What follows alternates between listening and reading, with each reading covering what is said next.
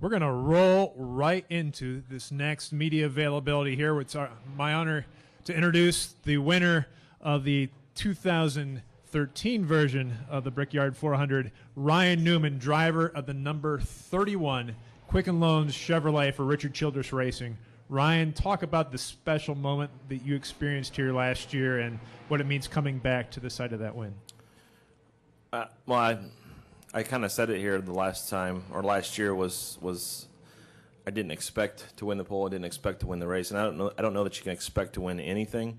You have to kind of put yourself in position, but it was definitely a sweet and bittersweet victory for us last year. And after going through being released, or in the future we're going to be released from Stewart-Haas and coming back and having a little off weekend time, which didn't go the greatest, obviously, but in the end came back and capitalized on a good race car with our Quicken Loans Chevrolet at the time, and it was really special.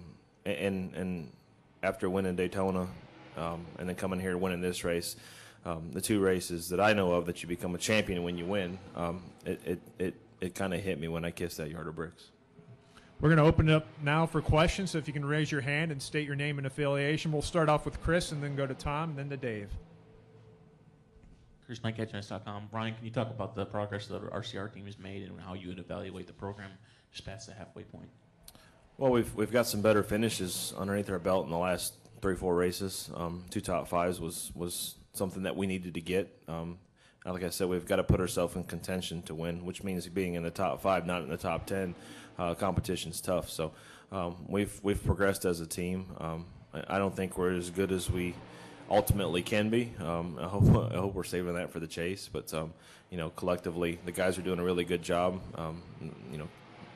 Just pure maintenance-wise, and every part of the race car is doing what it's supposed to. And we've been competitive everywhere. We just haven't been a winning race car everywhere. And come chase time, we're going to have to be. Go to Tom and then to Dave. And back to Marty. Hi, Ryan. Tom Jensen, FoxSports.com. If you were Mike Helton for a day, how would you change his schedule? How would I change the schedule? He's got control of the schedule?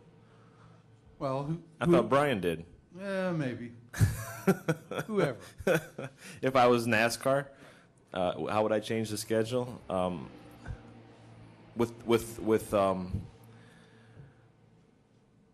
My answer to that would be not giving any, not being partial to any ISC or SMI tracks. I'd turn some racetracks into Wednesday night races, and the other ones would be Saturday night or sometimes Sunday afternoon when it made sense. I'd give us a little bit more off weekends. We can still run 36 or 38 races, but we don't need to be at the racetrack, especially at Daytona and Talladega, for 3, sometimes 4 days, especially with the inspection process. So I think just realigning it and giving us the opportunity to be on TV and be our own special event on a Wednesday night, especially in football season, would be good for our sport. Go to Dave next, then back to Marty, and then up here to David. Dave Coleman, Milwaukee Journal-Sentinel. This kind of goes out a little bit off of Chris's question, I guess, but how do you guys bring in, one driver who's established within the team, a guy from the outside, and then a guy who's a Sprint Cup rookie? Can you describe the sort of the blending process that you guys have done through this deep in the season? We're all drivers, and in reality, it's just the opposite if you look at experience at RCR. I mean, Austin's got a lot of experience, not necessarily as a driver, but been there his entire life. Paul's moved around a little bit, maybe just one step, I think maybe more than I have career-wise.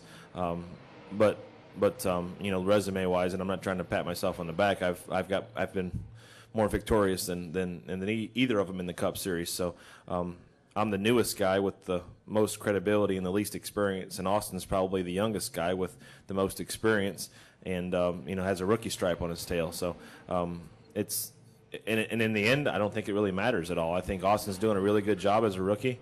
Paul's proven that he's got more top fives than I do, even though I'm ahead of him in points. So we've all been pretty consistent throughout the season. But for as versatile as our resumes are, and as versatile as our experiences at RCR, our results are fairly similar. I think the process of blending the people together from a driver to a team and / crew standpoint was kind of more on Richard's shoulders. For me, obviously, working with Luke, who has an engineering background and a very similar mind to mine, that was a no-brainer. And Austin, having the knowledge of RCR and the experience with Gil and his group of guys and the experience that they've had in the past with Kevin, went without saying with their successes. So, and Paul's been kind of chugging along with Slugger. So that's, it's been good. Let's go to Marty Smith and up here to David. Marty Smith, ESPN. Ryan, you know Stewart really well. What is dirt racing to him, and what was your reaction that he got in the thing and won the first time out? Dirt racing to him is probably more special than sleeping in your own bed, and I understand it and I feel it because I went over and ran an IRP last night in a Silver Crown car. I know what that bed feels like. Not his bed, but a bed. And before you ask the next question, but ultimately, it's just it's home. It's what's special to him. Some people love dogs, some people love cats. It's just what he loves, and it's what a lot of us love. But he's probably one of the few that gets the opportunity and has the resources to go experience it. And do what he loves to do outside of doing what he loves to do.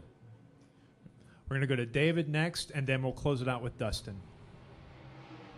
David Caravella, NASCAR.com. Ryan, we've always seen how the temperature-sensitive nature of this racetrack can play a role in deciding who starts wearing qualifying. How do you think that's going to play into strategy of group qualifying here? Is there going to be a lot of guys waiting around for the perfect sort of weather conditions before they go out, or how do you think it's going to play out? I think it has the potential to be interesting because of the forecast for tomorrow afternoon and starting at 2:10. So there's potential for it to cloud up and become chaotic as qualifying goes through.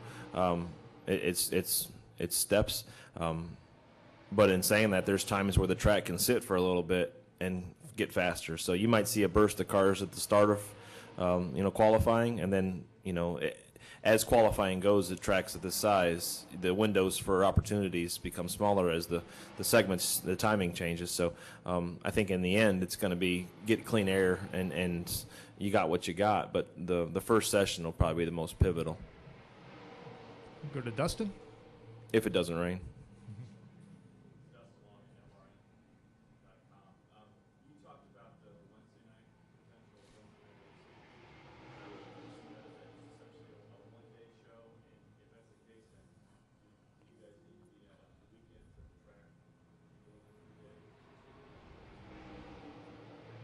I heard most of your question, Wednesday night shows, and how would I foresee doing that? I think it all depends what that day is like. Obviously, if you go to a place like Pocono and it rains 3/4 of that day, it changes everything, and then you have obviously Thursday to work with. But I think situations like that, you'd have the crew guys come in on a Tuesday evening, Tuesday afternoon, let the tech the cars and whatever window of it is, let the guys go back and have a decent dinner with their team, and then come and start practice the next morning, practice, qualify, and race. You got the people in the grandstands for an entire day of activities, and they can sell hot dogs and all the other things that way. Well, Ryan, I'm no businessman, but I know from our scheduling standpoint that there's a lot of credibility to having some weekday races, especially when you consider who we're up against in the football season. Ryan, we thank you for joining us today, but before you leave, I'd like to call to the stage Indianapolis Motor Speedway President Doug Bowles, who has something very special for you.